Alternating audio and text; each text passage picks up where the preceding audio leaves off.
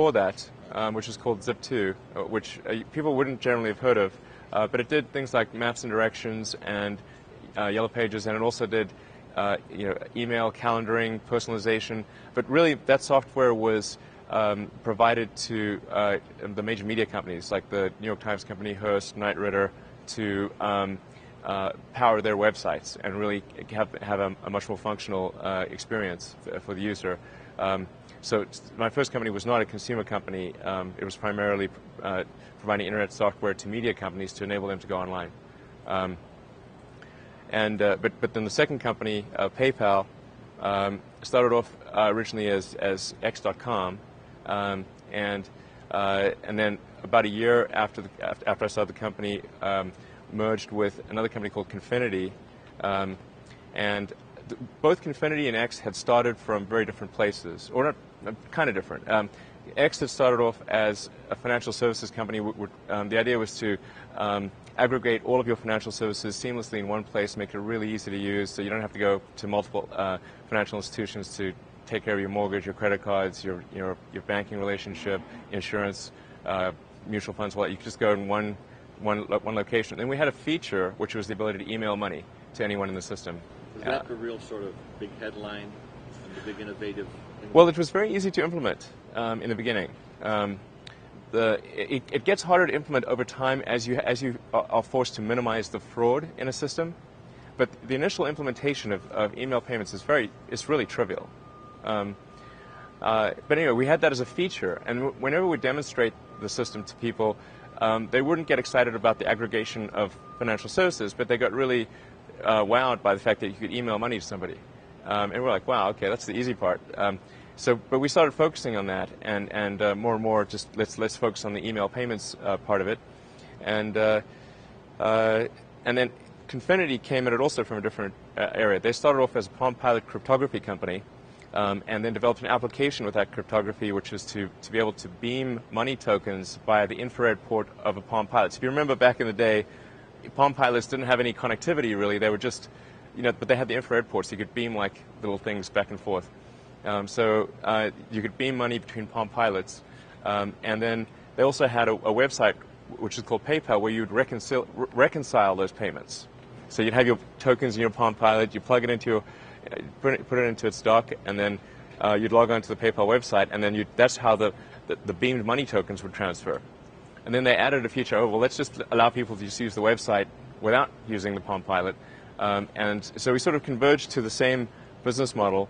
And then in early 2000, about a year after both companies were formed, and only a few months after we'd launched our respective websites, we merged the companies, with X.com acquiring Confinity. And initially the company was known as X.com, and then, but we used PayPal as the consumer brand. And then about a year after the merger, we changed the company's name from X.com to PayPal to match the name of the product.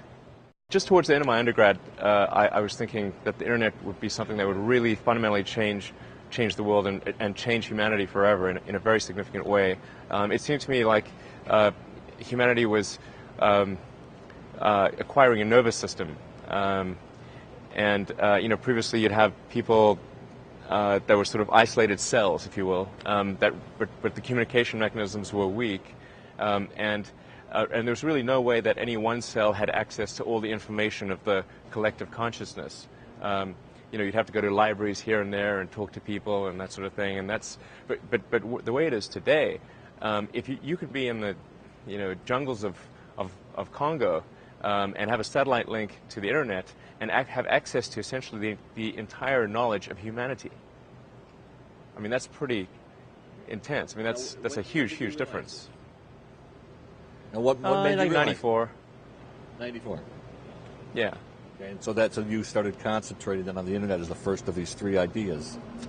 Yeah. So then in '95, actually, I'd been on the internet for a few years before that because, since I've been in the physics arena, in the sciences, people were using the internet for many years. I mean, as early as the 70s, they were using the internet, but it was very difficult to use. It was just text-based. You had to have. It was very difficult to get access to it. You had to be in either in the government or in some academic institution. But once it became clear that the internet was going to be widespread, that everyone would have access to it, that's when it occurred to me that this is really going to fundamentally change humanity. And that became clear in around about the 94 timeframe. PayPal was not the first to do email payments. So you have to say, well, why did it succeed where others did not? There was a company that was acquired by Amazon, started by Danny Shader. I forget what it was called, but it was also an email payments company. There was a company called BillPoint that was acquired by eBay, which did email payments. So how is it that PayPal was able to beat all of them? And in particular, how was it able to beat BillPoint when BillPoint was eBay's in-house service? So not very few people understand why. And there's a couple of things. First of all, if you look at the underlying economics of the system, we figured out a way to authenticate bank accounts. So the normal way that it's really hard to authenticate a bank account from the standpoint of pulling money from someone's bank account, because you can give us a bank account number, but how do we know it's you, right? The Federal Reserve has no authentication system that works for pulling money from people's accounts.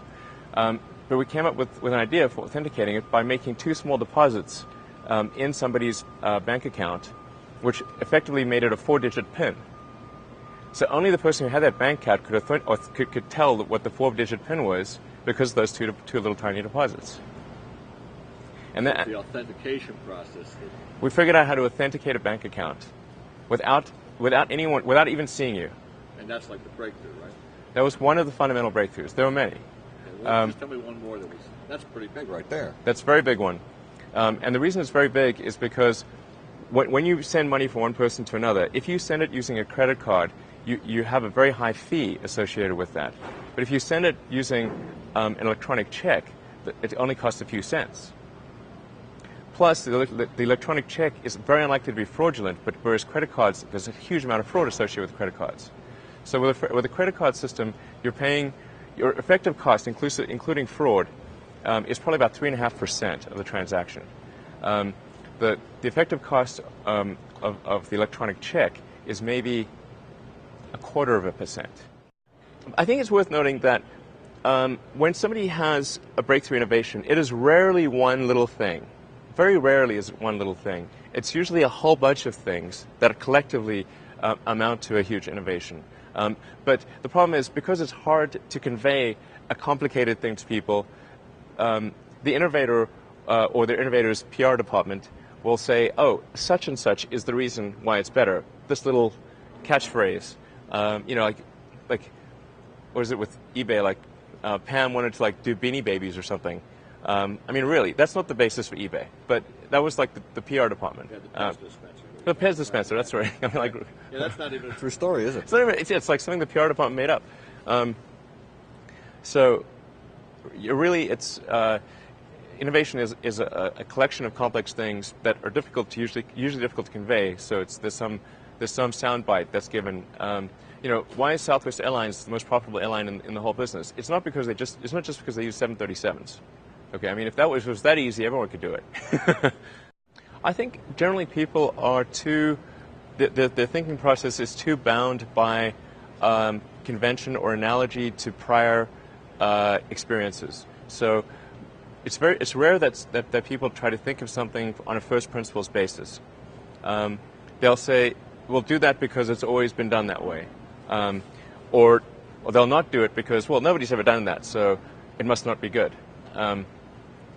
But that's just a ridiculous way to think. I mean, you have to build up the reasoning from the ground up, from first principles, as is the phrase that's used in physics. So you look at the fundamentals, and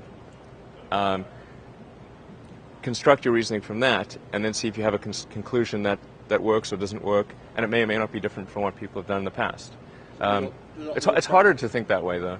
Sorry? Why is it so hard to think that way, and how have you managed to? I mean, obviously you've thought the other way. How have you broken that pattern?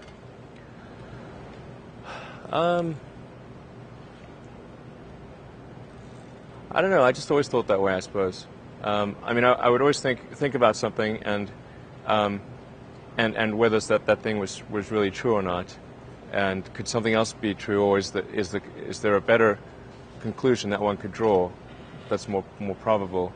I don't know. I was doing that when I was in elementary school, and I would just question things.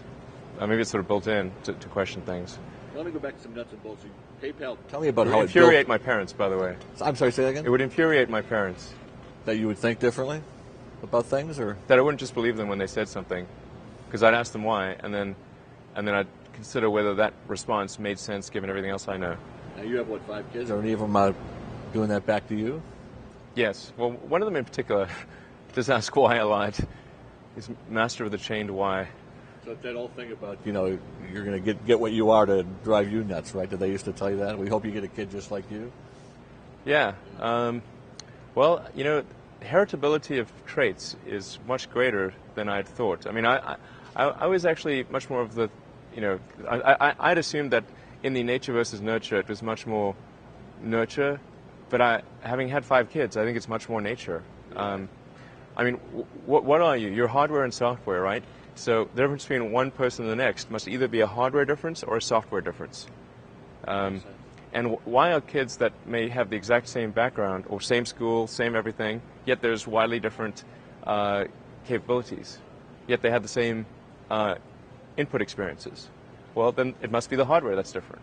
So I built up Zip2, the first company, sold that to Compaq for about $300 million, and then wanted to still do another company on the internet, and that's where I thought, well, where is there still room for a lot of innovation on the internet? And that's how I chose the financial services sector, because money is just an entry in a database, and it's low bandwidth. You don't need any big infrastructure upgrade on the internet to make it work, and so it seemed like there must be room for innovation, and that's how I decided to do something in the financial services arena, even though I really had essentially almost no background in financial